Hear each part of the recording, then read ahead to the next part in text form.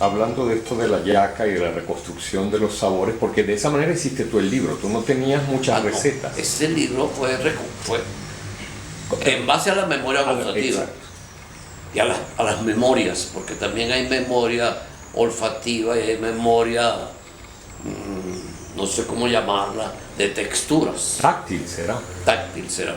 Ese libro es un libro que se puede llamar de memoria. Tan de memoria es que ese ragú, esa salsa para pastas que mamá hacía, yo reconozco que en mi casa eso se ha logrado 2 o 3 veces. De resto nunca yo he sentido el mismo sabor que yo sentí en mi casa. Y estoy seguro de eso. La razón son los ingredientes. En mi casa, por ejemplo, se hacía la pasta de tomate.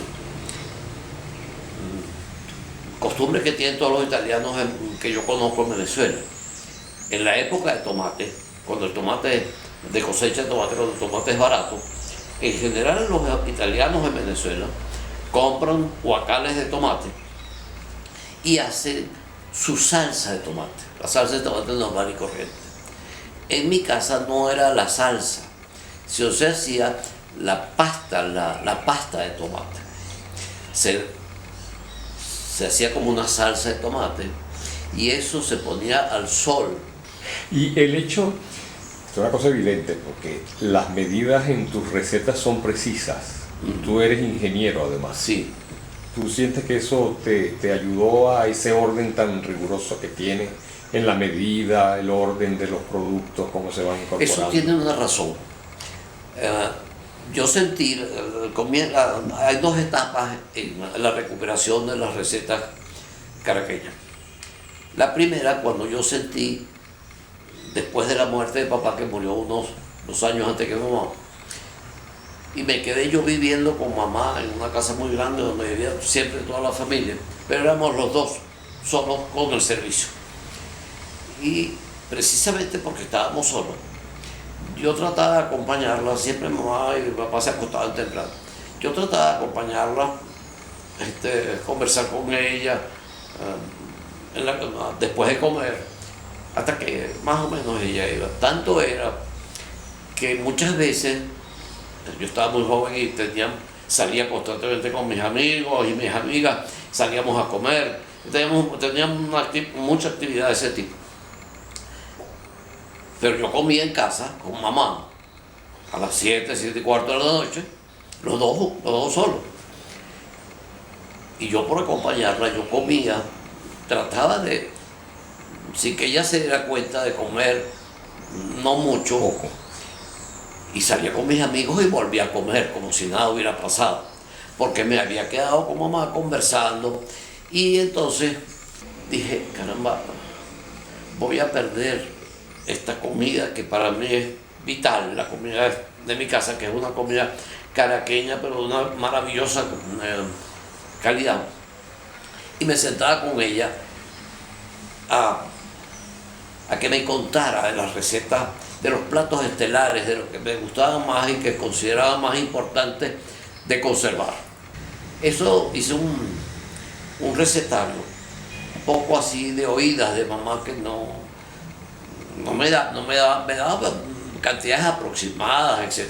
Hice un recetario que lo imprimí en multígrafo, era lo que había entonces, palabra que yo no sé si todavía se usa en el diccionario venezolano de alguna forma, y se lo repartí a mi familia, solamente a mi familia. ¿Cuántas recetas tenía ese primer recetario? Yo creo que tendría como 80 recetas o algo así, podía tener entre 80 y 100.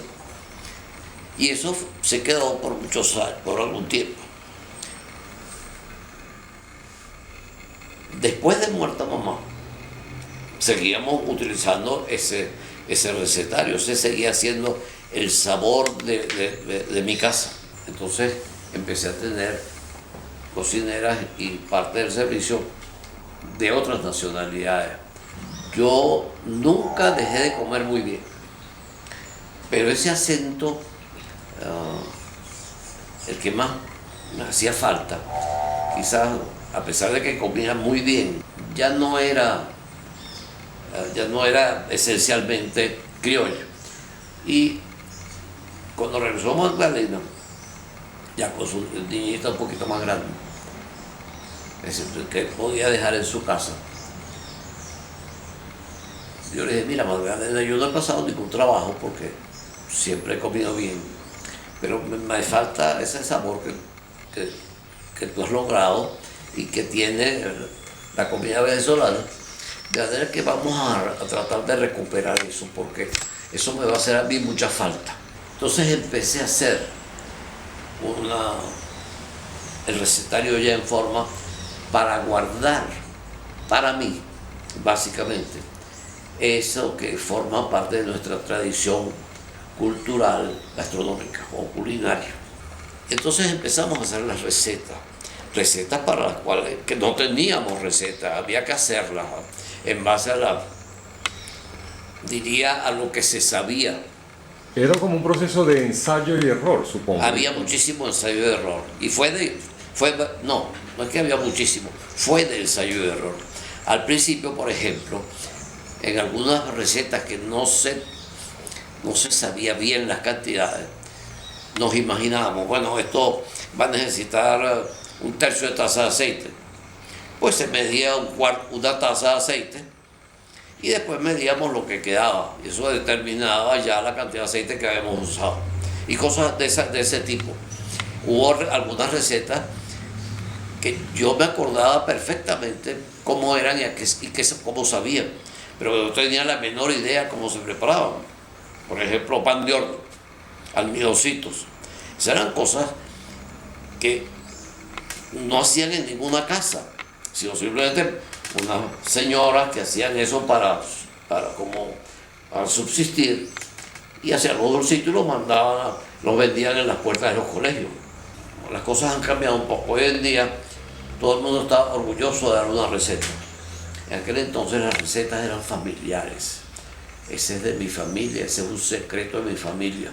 Y como eso era lo normal, que cuando tú pedías una receta no te la daban o te la daban incompleta, yo nunca pedí una receta, salvo que fuera una persona que yo sentía que no me la iba a negar.